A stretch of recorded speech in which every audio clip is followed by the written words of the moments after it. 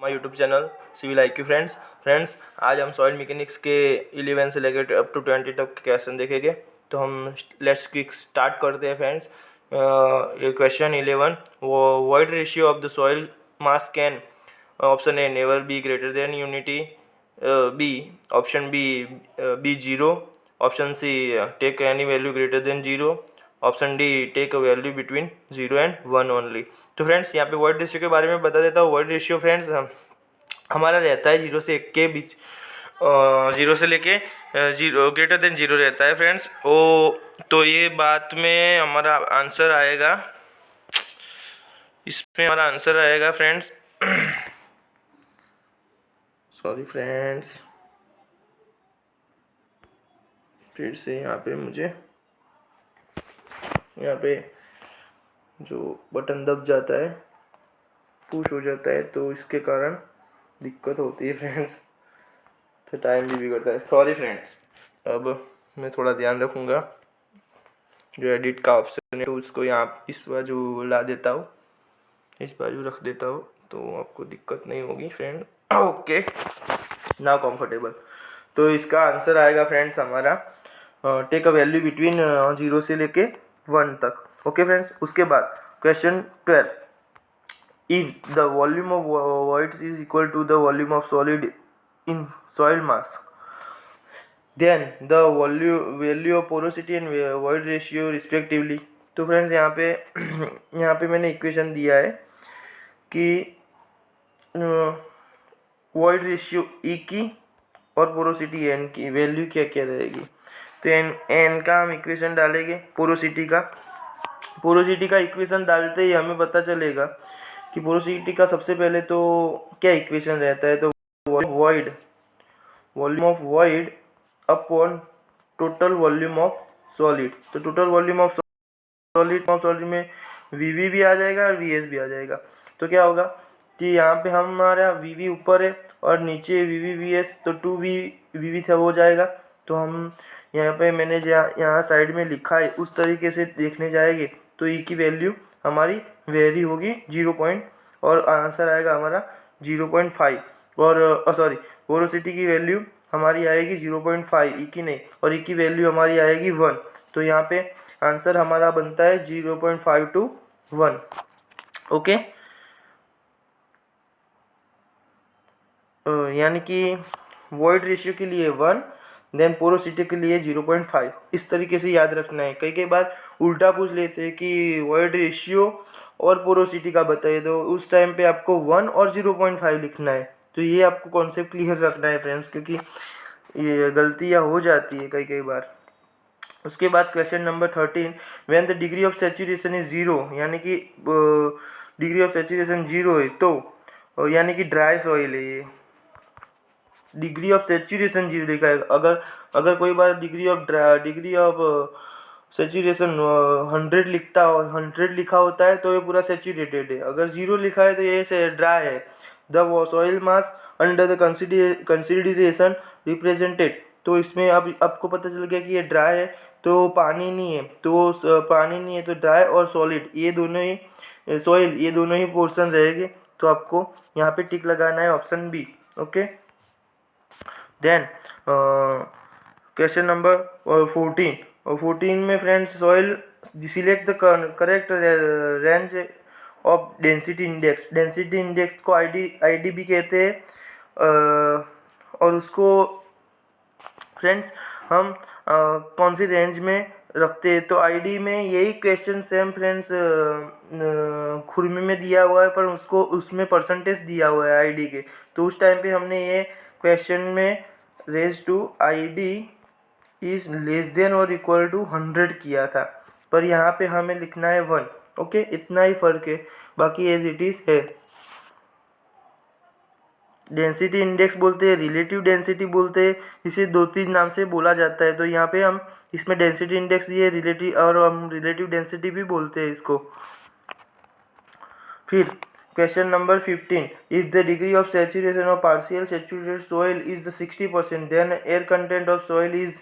तो फ्रेंड्स अगर सैचुरेटेड 60 है तो बाकी बाकी रहने वाला पोर्शन है वो क्या होगा 40%। तो इसका आंसर आता है 40 friends.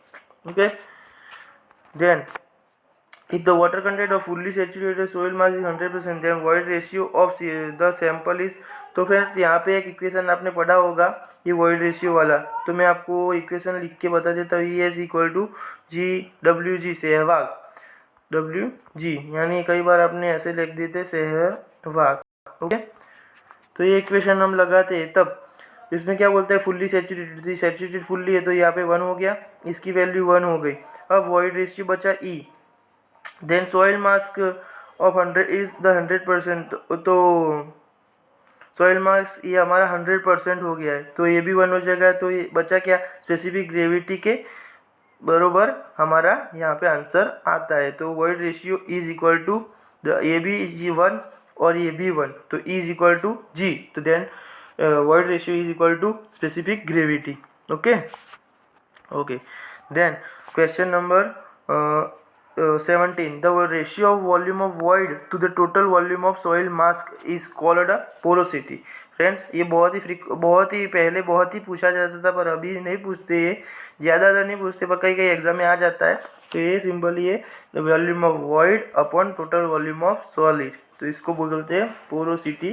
N is equal to, okay, then relative density I D is equal to sand is approximately equal to relative density of compacted sand is approximately equal to। तो फ्रेंड्स यहाँ पे आईडी का equation आपको आना चाहिए कि e maximum minus e upon e maximum minus e minimum, तो वो अप्रोक्सीमेटली बन रहता है 0.85 से लेके 1 तक। तो इसका आंसर आएगा सी, पॉइंट सी।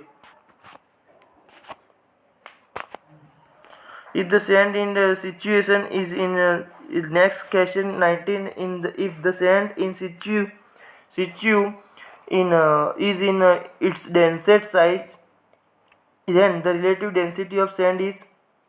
अब समझ लो फ्रेंड्स कि सैंड है और डेंसेट साइज है यानी कि 1 है, तो रिलेटिव डेंसिटी आई डी, तो I is equal to I D is equal to e maximum minus e upon e maximum minus e minimum. तो यहाँ पे क्या होगा कि जो फ्रेंड्स ई मैक्सिमम है माइनस 0 होगा, माइनस 0 यानी 1 माइनस 0, और e maximum minus e minimum का आंसर भी 1 आएगा।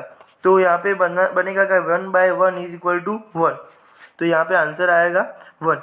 Okay, then which of the following method is most accurate for the determination of the water content. तो फ्रेंड्स आपने यहाँ देखा होगा कि ओवन ड्राइड सॉइल है, ओवन ड्राइड मेथड है, सॉरी ओवन ड्राइड मेथड है, वो मोस्ट एक्यूरेट मेथड है। फ्रेंड्स इसका टेम्परेचर रहता है 1.105 से लेके 110 सेल्सियस का, इसका 0 डिग्री सेल्सियस का इसका टेम्परेचर रहता है। इन ऑर्गेनिक सॉइल फ्रेंड्स इसका टेम्परेचर रहता है 60, ऑर्गेनिक सॉइल में इसका टेम्परेचर रहता है 60। देन जिप्सम में इसका टेम्परेचर रहता है 18 डिग्री। देन फ्रेंड्स ये सैंपल को हम 24 आवर्स रख देते हैं। ये सैंपल में फ्रेंड्स एक बात रहती है कि सैंडी सॉइल जब रहती है तो इसको ड्राई होने में 4 से लेके 6 घंटे लगते हैं। देन फ्रेंड्स इसमें इक्वेशन ये रहता है, इसका इक्वेशन भी मैं आपको बता देता हूँ ओवन ड्राइड सॉइल का। W is equal to W2 minus W3 minus W1, ये रहता है 23-31 याद रखना है फ्रेंड्स। ओवन ड्राइड सॉइल का वाटर कंटेंट का इक्वेशन में 23-31 याद रखना है। इसमें W1 है जो वेट ऑफ कंटेनर है, उसमें W2 है वो मॉइस्ट सैंपल है, उसके बाद W3 है और वेट ऑफ कंटेनर पर ड्राई सैंपल है। ओके फ्रेंड्स, तो ये याद रखना है। इन सिंपली ये ऊपर वाला पोर्शन रहता है ना फ्रेंड्स, ये आपको मैं बता दूं, ये जो ऊपर वाला पोर्शन है ना और फिर ये नीचे वाला पोर्शन है, तो ये दोनों पोर्शन में क्या है कि ऊपर वाला पोर्शन है वेट ऑफ वाटर है और नीचे वाला पोर्शन है वेट ऑफ सॉलिड है। इस तरीके से हमने इसको डिनोट किया हुआ है। तो आपको यह सिंपली याद रख के फिर इसका डेरिवेशन करना है तो आपको पता चल जाएगा फ्रेंड्स। तो यहाँ पे भी मेथड है, सबसे accurate method oven right method है। Okay friends, thank you for watching my video. और कोई भी दिक्कत हो तो फ्रेंड्स कमेंट बॉक्स में कमेंट कीजिए, मैं उसका सॉल्यूशन देखने का ट्राई करूँगा। Okay friends, thank you.